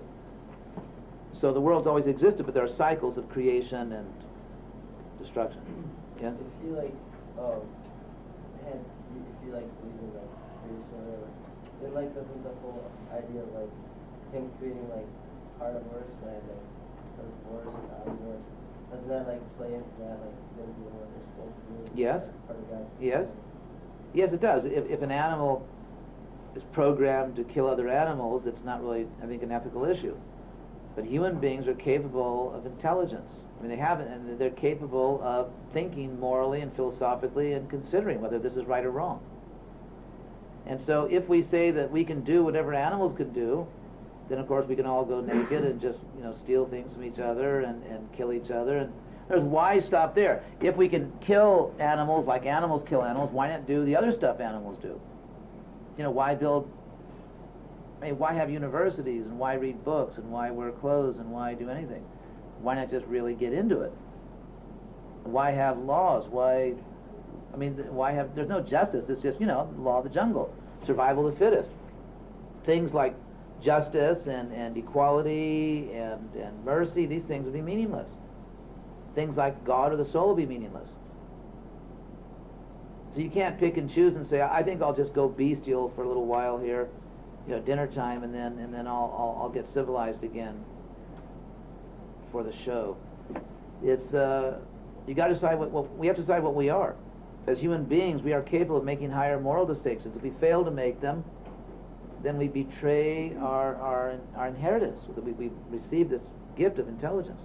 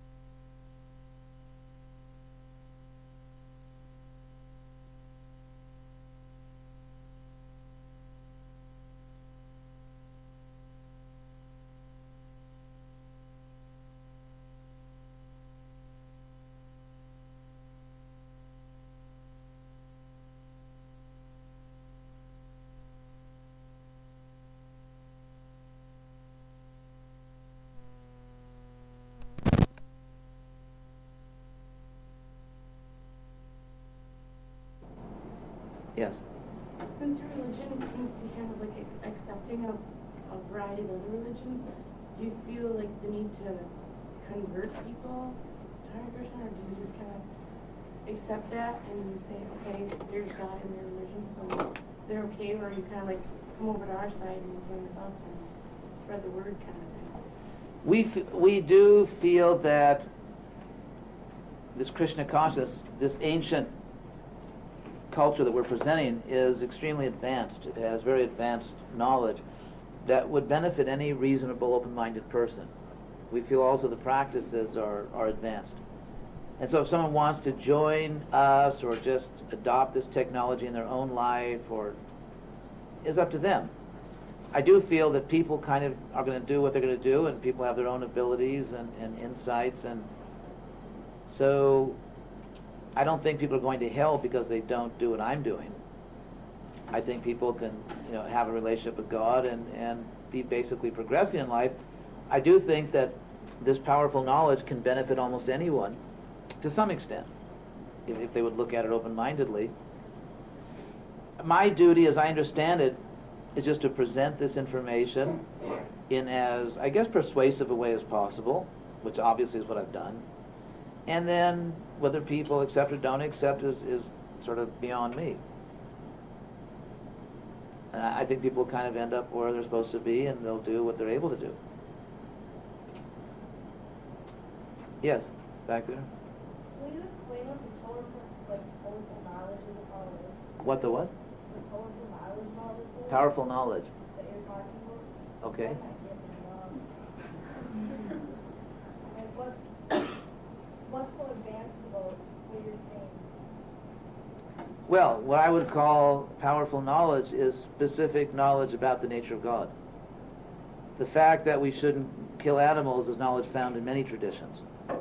You can learn that from St. Francis of Assisi, you can learn that from Buddha, you can learn it from us, you can learn it in many places.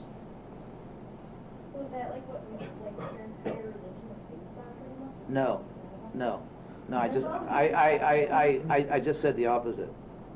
So I'll say it again. I said specifically, what I would consider to be powerful advanced knowledge is knowledge about the specific nature of God, not about our ethical requirements toward animals. And so since no one specifically asked about that, I haven't, gone into it. But that's what I'm asking. Okay, well that's what we're talking, okay, I'll talk about that now. I mean, just to give an analogy, in the Christian tradition, there is specific knowledge about the nature of Jesus, about his life, what he did, what he said. There is similar knowledge about God the Father in this tradition. According to this tradition, God himself, the Father, appeared in this world about 5,000 years ago and stayed in this world for about 125 years, did many things, said many things, and explained many things, and that knowledge has been documented, has been recorded in literature called Vedic literature. And so in these books you'll find information about the specific nature of God, of a personal God, the activities of God, and so on and so forth. So that's the area that so we've brought various books which we're happy to give to you if you'd like one. And so if you have a serious interest in this, we welcome you, invite you to take a book and read it. Yes? In the movie, they kept talking about how they, some historical, archaeological significance of man being, like, I don't know, remember what, 6 billion years old, what he actually is or something, or what they see him be. Just wondering what that has to do with the Krishna consciousness, what that proves, or how that helps. Okay, that's a good question. I think what they were getting at is that, well, if you read Thomas Kuhn's famous book, what is the Structure of Scientific Revolutions? Isn't that the name of it? It's a very famous book, The Philosophy of Science. He makes the point that scientists, like everyone else, become attached to certain theories, and even when presented with powerful evidence to the contrary, they just hold on more for social, psychological reasons than for intellectual reasons. And so there's a theory that everything evolves without God, without a soul. I think the point they're trying to make is that the actual archaeological picture of the world is far more complex and far different than the sort of godless picture we're given by materialistic scientists. and that the picture they give us is also motivated. If you look at European intellectual history, there's no doubt at all that evolution was propounded and pushed as an alternative to a religious explanation of the world. And so there's this very heavy historical investment in it as an antidote to religion. That theory, which was historically put forward as an antidote to or an alternative to religion, itself can easily be problematized. I mean, you can easily show that there are serious problems with that theory. And I think what that does, because there are many excellent Christian intellectuals and scientists who are making similar arguments. I mean, not that one, but very sophisticated arguments about these issues. And I think, in general, all people who are committed to God and who are making different kinds of arguments in this area, problematizing the atheistic view, I think the goal is to open up the discussion again, to reestablish a situation of real dialogue, real inquiry, where you can actually not be sort of hounded out of the academy or persecuted, in, at least vocationally, in the sense of losing your job and being ridiculed, just because you don't toe the party line, which is basically materialism and, if not atheism, just at least an atheistic picture of the world. Like if you want to add God in at the end as sort of like an ornament, you're allowed to do that as long as you don't talk about it very much. But the dynamics, the actual mechanisms, and the actual story that explains everything is godless. And by problematizing that godless picture of Earth history and species history, it creates the possibility of an open debate. An open debate and a more serious intellectual inquiry into the origin of life. That, as far as I can see, is the motive. Yes? Do you guys have anything different, like Christianity, like birth and baptism and like marriages and special ceremonies? Do you have anything that is similar to that, or is it completely different? No, those things are pretty much standard in all traditional religions. Sort of religious rites of passage. So if people were of the Christian consciousness wanted to marry someone who was Lutheran, that would be fine, or do they have to do anything special? Or? No. I mean, we would just strongly encourage them to, if you want to marry a Lutheran, that's fine, if that's the best thing for your spiritual life, and if it's going to be compatible and the children will be raised in an atmosphere where there's peace and harmony and agreement. I think we would have the same concerns that an intelligent Lutheran would have. And there are many intelligent Lutherans, and they do have similar concerns. And I think their concerns are not simply fanatical, but they're intelligent. So there's something to be said for compatible relationships and that create the best possible environment for raising a child, to the best advantage of the child. So if that could be done through marrying a Lutheran, that's fine. Yes?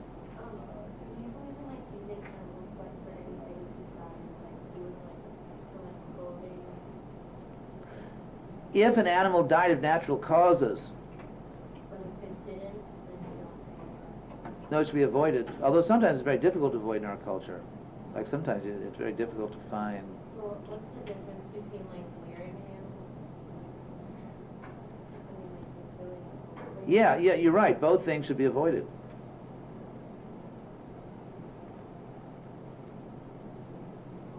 Yes, back there in the blue.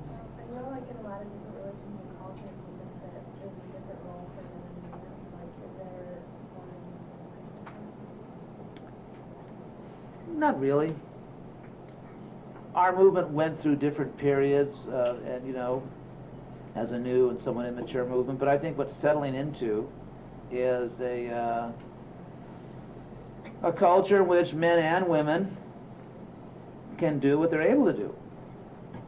So there are many leaders in our movement who are women, and I'm certainly strongly committed to that principle that people should do what they're able to do well. People shouldn't do things or not do things for dogmatic reasons. Someone that's able to do something should not be kept from doing it dogmatically because they're a man or a woman. And someone that's not able to do something shouldn't be encouraged to do it just for dogmatic reasons. People should just act naturally and do whatever they can, whatever they want to do. Did you want to say? What's the story behind your name? Behind my name? Yeah, and do you have a real one? Like I have a real one.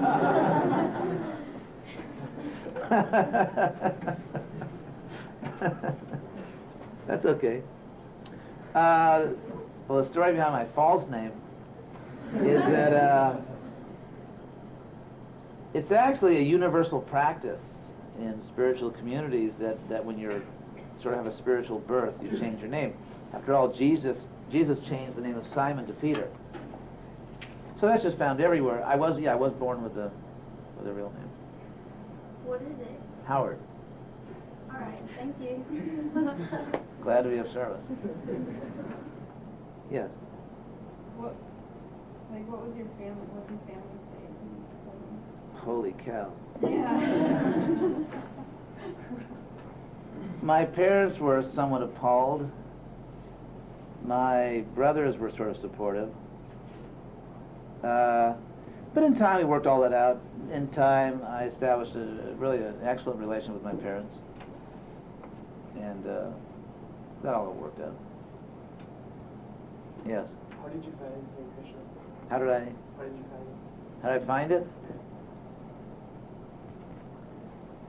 I was at a point in my life, I was a student in Berkeley, I was at a point when I had concluded that, I think reasonably, that the most important thing in life was to find God, and that unless I did that, the rest didn't mean that much. And so I somewhat systematically went about investigating human religion. I mean, the details, that's kind of like a... the actual details are that my teacher, Prabhupada, who founded the Hare Krishna movement, came and gave a lecture on the Berkeley campus. I attended it, and it had a profound effect on me. And then when I went home for summer vacation in Southern California, I visited the local temple and studied and observed. I read the books, and I also studied the people, because I was not interested in hypocrisy. I wasn't interested in some really cool doctrine and a bunch of people that were kind of like everybody else, but just, made certain claims about things. I was looking for people that really... I wanted to see practical evidence, if you want to use the word behavioral evidence, that these people's lives had been transformed. They were actually godly people, that they were in God consciousness, that they acted in ways which could not be explained other than by attributing to them God consciousness. And they weren't hypocrites. So, and that my questions could be answered. So it was answered to my satisfaction. As far as philosophically, as far as the powerful knowledge I've only advertised but not really given you, here's one point which I found powerful. I mean, it may not move you, but I found it quite powerful, and that is, it's what in philosophy is called ontology, which is the branch of philosophy that deals with the nature of being, like how do things exist. I was brought up in I could say a Judeo-Christian tradition, because by the time I was in college, I was studying also Christianity and hearing it every day because there were lots of preachers around. Judeo-Christianity, let's say apart from the mystical traditions, because there are mystical traditions in Judeo-Christianity that get into other things. But as far as mainstream Judeo-Christianity, it tends to be philosophically quite dualistic. In other words, it posits that we're here and God's there, and like never the twain shall meet. There's a gulf of separation. In fact, if you look at, there were certain Christian theologians in the Middle Ages that said that God is so much irrevocably different from us that if we exist, we cannot say God exists, because no attribute can be commonly attributed to both God and ourselves. So that even if you use the word is, like or I am, or he or she is, or I exist, or you exist, you cannot say God exists. You have to use some other verb, because you can't even use the same verb for both of us. So this was like a really radical dualism. We fall short of the glory of God. We will always fall short of the glory of God, and so on and so forth. On the other hand, I was exposed to Eastern traditions that said, you are God. Everything is one. Now, ultimately, I think it's pretty dumb to say that I am God. I didn't create the universe, and God doesn't have to go to the dentist and take out car insurance and lock his doors at night and stuff like that. So, I mean, in any real sense to say I'm God, I think, is a little silly. At the same time, there is something attractive about the ultimate unification of being, that ultimately all that exists is one. because it's an ultimate resolution, it's an ultimate harmony of everything. And so there was some, I think, some attraction for me in that ultimate harmony, that ultimate oneness of things, and yet I also understood that there is a God that's greater than me and that has to be honored by me. And so what I found powerful in reading the Bhagavad Gita, our basic text, is that we are both one with God and different from God. That qualitatively we are one with God, that we are, precisely because we are God's energy, we come from God. We have the same nature as God, and yet God is infinite, we are infinitesimal. God is infinitely more powerful than us and in all things greater than us, and yet somehow qualitatively there's a oneness between ourselves and God. And so because I was seriously working on these problems about, is everything one or are things different? And are we God, are we not God? And who is God? Is there a God? And so on. I found that this ontology, this explanation of the relationship between God and ourselves was, it was a blockbuster. I just thought, eureka. I mean, if you consider the sun and the sunshine, if you ask a simple question, when you see the sun shine, is that one thing? Is it just the sun shining? Or is it many things, like you see in cutaway pictures and undergraduate astronomy books, like the sun's surface and the core of the sun, and the middle part of the sun, and the flames on the surface of the sun that we experience as sunspots, and the sun rays. I mean, from an astronomer's point of view, the sun itself is a solar system. It's a whole system. There's many components. And yet, that's sort of analytical and intellectual. In another sense, it's just one thing. It's the sun shining. And so in the same way, you can think that there's only one thing, God, and everything is God, but then analytically, there's this, like the sun globe, there's God himself, there's the energy that emanates from God, like the sunshine, there's living beings, there's all kinds of components in the glory of God, and yet it's just all God. Just like the sunshine, it's just the sun shining.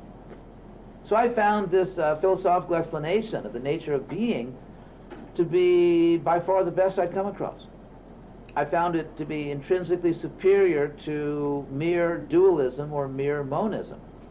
In other words, thinking that we and God are simply separate, period, or thinking that we're all one, period. There is a sense in which we're all one, and yet it's foolish to deny the variety. You can't deny there are different colors, there are different shapes, there's different people, there are different feelings, there are different places. You can't deny that, and yet there's a sense in which everything is one. So a philosophy which explains the oneness and the difference, I thought, and I still do think, is the best. And believe it or not, that was one of the things that closed me. That's when I decided I'm going to do this, because I thought that explanation of reality was the best. And I was not interested in religion, no matter how, whatever else it offered, I wasn't interested in a religion that couldn't answer my most serious, most intelligent questions and doubts. Of sin. In the Sanskrit literature, or in our sacred literature, there's certainly the notion of sin. And it's quite similar to what you find in the New Testament. And that is, just Jesus appeared in a culture which had very strict laws regarding sin and the atonement for sin. If you do this sin, you do this penance. If you do this sin, then you perform this atonement, and so on. It was a whole somewhat legalistic system which explained these things.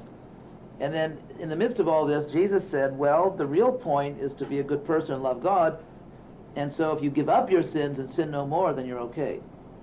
And even if you don't do all the technical rituals.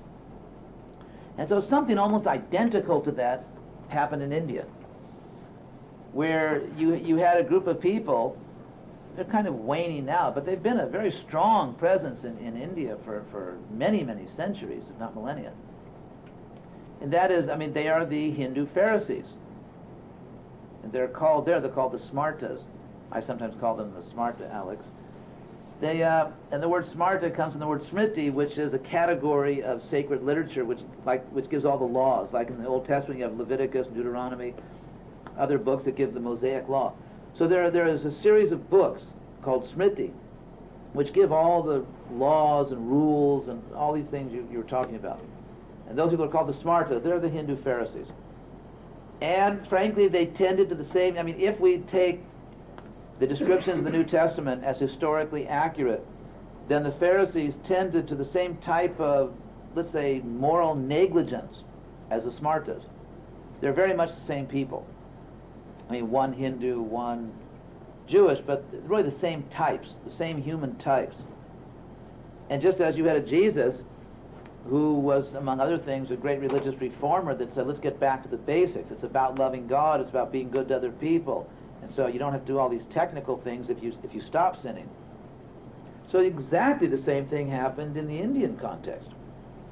There were actually periodically great reformers that just kind of dragged everyone back to the real point. And the same thing that Jesus said. Who did he say it to? Was it Mary Magdalena? No. Who was it led? He was without sin, throw the first stone. Who was it? Who was that person that was going to get stoned? No one knows it? An adulteress. And then didn't he say to her, now go and sin no more? So I mean, basically, that's it. There are extremely similar stories. I mean, really almost identical types of stories in our literature, and the good guys say the same things, and the bad guys say the same things. And so the conclusion is that there are these elaborate apparatuses of redemption from sin and laws and rules and technical atonements. And then you have these great spiritual personalities that tell people that surrender to God, do the right thing, stop sinning, and you'll be forgiven for your sins. Interestingly, when Jesus was brought before the, Pontius Pilate, and then the case was being made against him, one of the first accusations, one of the heaviest accusations, was he claimed to free people from their sins. Or he claimed that God, through him, would free people from their sins. And so, anyway, this was also an issue in Lord Chaitanya Mahaprabhu founded this movement 500 years ago in India, dealt with exactly the same issues, and you find even earlier things like this. I was just wondering, you said earlier that Jesus was a teacher or just a reformist? No, I didn't say. I said the opposite. I said, among other things, he was a great religious reformer. I actually choose my words, and doesn't mean I can't say something that's wrong, but I do choose what I'm saying, especially about a very sensitive topic like that. If I'm talking about a figure who is considered to be considered sacred to so many people, then obviously, I think I have to speak about it very carefully, and so I try to do that. What I said was that we have 4 Gospels, which basically tell the story of the life of Jesus, and that scholars agree, or most scholars agree, including devout Christian scholars, scholars who are very serious Christians, that there is a certain tone, a certain literary tone, certain types of events, certain kind of language, which seems most unmistakably to be historically Jesus. And you find it in all 4 Gospels. But as well, you find in the book of John a different kind of language, which is really out of sync with all the other. Out of sync, it's just different. It's unmistakably different in language and tone and everything else. And that it's in that book that we get the statement that I'm the only other way. And that if this was something important that Jesus wanted to say, there are certain things, messages that Jesus, or any great teacher, really wanted to get across, and he repeated those. Obviously, if you're a teacher and you really want people to hear something, you say it more than once. And there are certain things that Jesus said a lot. And everyone knew he said these things, and therefore, everyone that reported on the life of Jesus seems to mention that he said those things. When you have one book which is different in tone from the others and has material which everyone agrees is not really the kind of things Jesus said, things sort of sophisticated, intellectual things which reflect more not Neoplatonism, but just certain kinds of intellectual trends of the time, when that's the only book that makes a very strong statement that no one's coming to the Father but by me, it and when you find Jesus in his personal life was actually not a religion basher, as some of his followers became, then I'm persuaded that the real Jesus was not fanatical, was not sectarian. I'm not denying that he's a way to heaven. I'm just denying that that no one is approaching God, no one is serving God, no one is pleasing God unless they are a Christian. I find that claim to be, frankly, absurd. And I'd be very honest with you. If someone claims that they're going to God through Jesus, I find that claim to be reasonable. If they say that no one else in the world is going to God, I think that's absurd.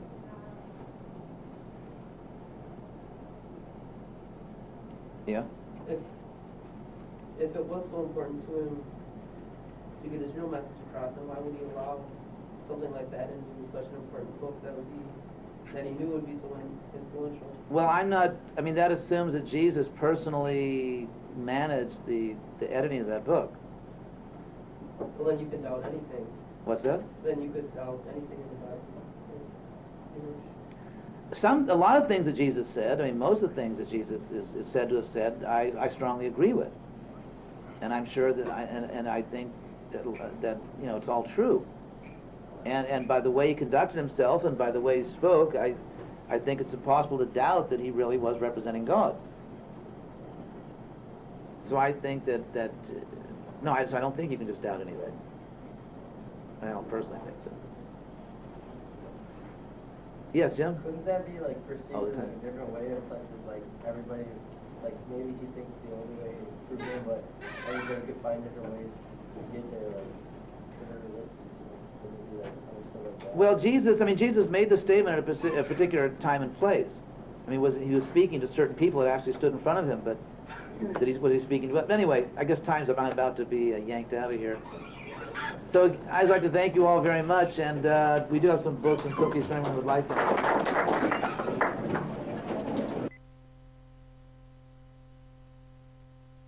Prabhupada, Jaya Prabhupada, Jaya Prabhupada, Jaya Prabhupada, Jaya Prabhupada, Jaya Prabhupada, Jaya Prabhupada, Jaya Prabhupada.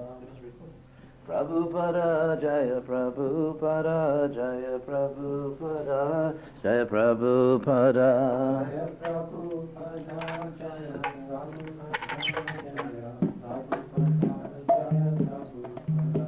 Jaya Prabhupada, Jaya Jaya Prabhupada, Jaya Prabhupada, Jaya Prabhupada, Jaya Prabhupada.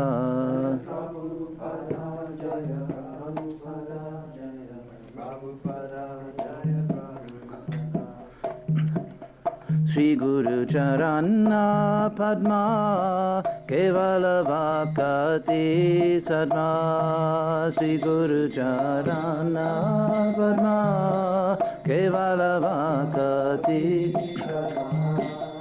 Shri Guru Charana Padma Kevala Vakati Sadma.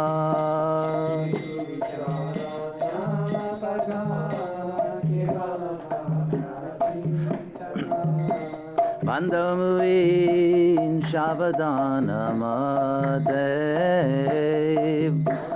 Bandhamuin Shavadhanamate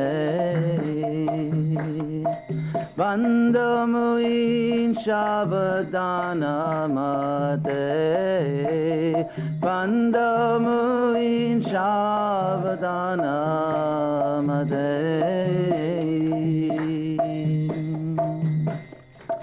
Jahara prasade bhai e bhava toriya jai. Jahara prasade bhai e bhava toriya jai.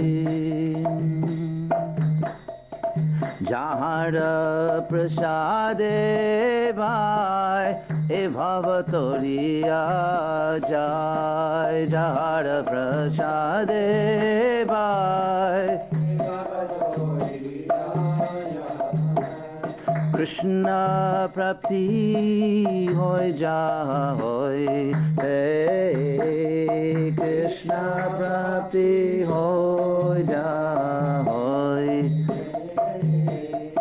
Krishna prapti hoy jaha hoy de, Krishna prapti hoy jaha hoy de. Guru Mukha Padama Vakya Chitete Koriya Aikya. Guru Mukha Vakya Chitete Koriya Aikya. Guru Mukha Padama Vakya Chitete Koriya Aikya. Guru Mukha Vakya Chitete Koriya Aikya.